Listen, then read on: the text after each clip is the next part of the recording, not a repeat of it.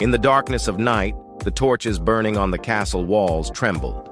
The echo of the wind sounded like screams rising from the shadows. This is the story of a king whose name became forever bound to blood and tyranny in history. People called him the crowned Lord of Cruelty. This tale goes back almost 1,000 years. At that time, empires of both Europe and the East were rising and falling.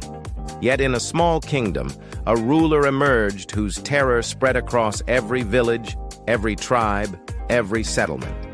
His name was Alexander Khan, but the people whispered another name, the King of Horror. Under Alexander's rule, justice had no existence. Anyone who dared to speak against him or question his decrees was thrown into the dark dungeons. But those dungeons were not merely prisons, they were hell itself. The king had created, deep beneath his fortress, a chamber of fear. It was buried underground, where no light reached and no air moved. There, in the suffocating blackness, he used his most terrifying method of punishment. Prisoners were locked away with starving rats. The desperate creatures gnawed at their clothes, their skin, and even their flesh. Men screamed as they were eaten alive, and the cries echoed through the dungeon so loudly that the very walls seemed to tremble. This was not merely punishment. It was a message. The king wanted his enemies to know that rebellion cost more than death.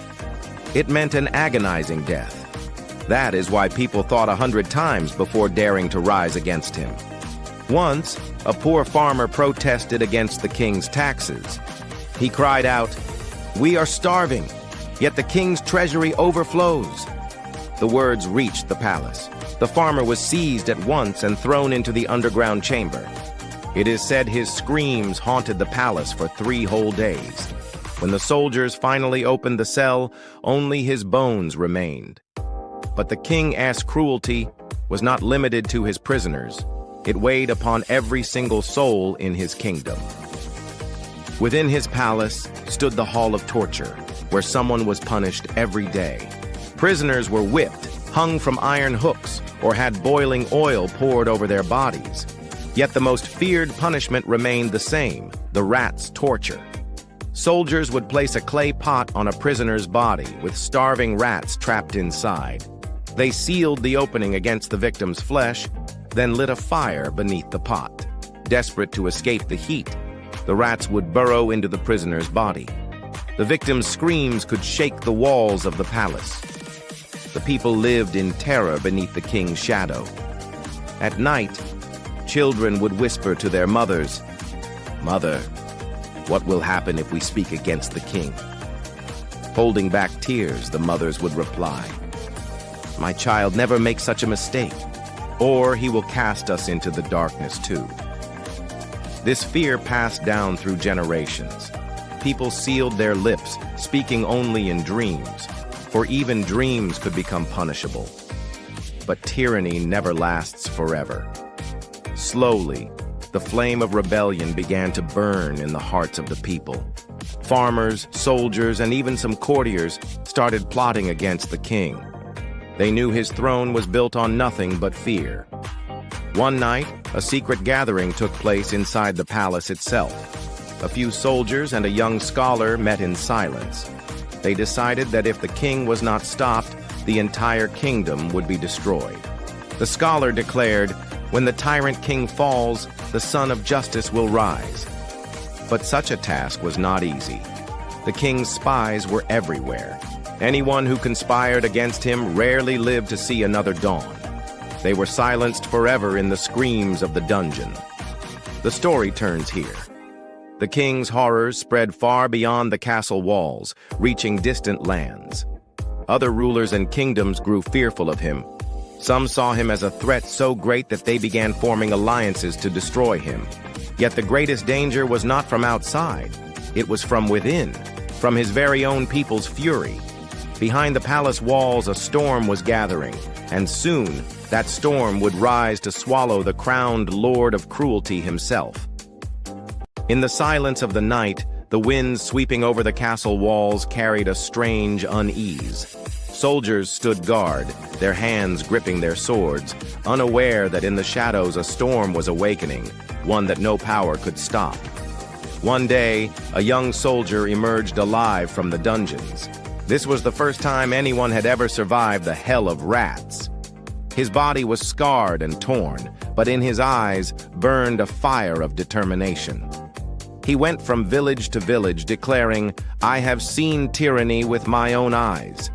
This king is not a man, he is a beast. If we do not rise now, our children and their children will burn in this same hell." The hearts of the people, long suppressed, began to blaze. Farmers began to see their sickles as swords. Laborers clutched their hammers as weapons. Women told their children, "The time has come to end this reign of cruelty."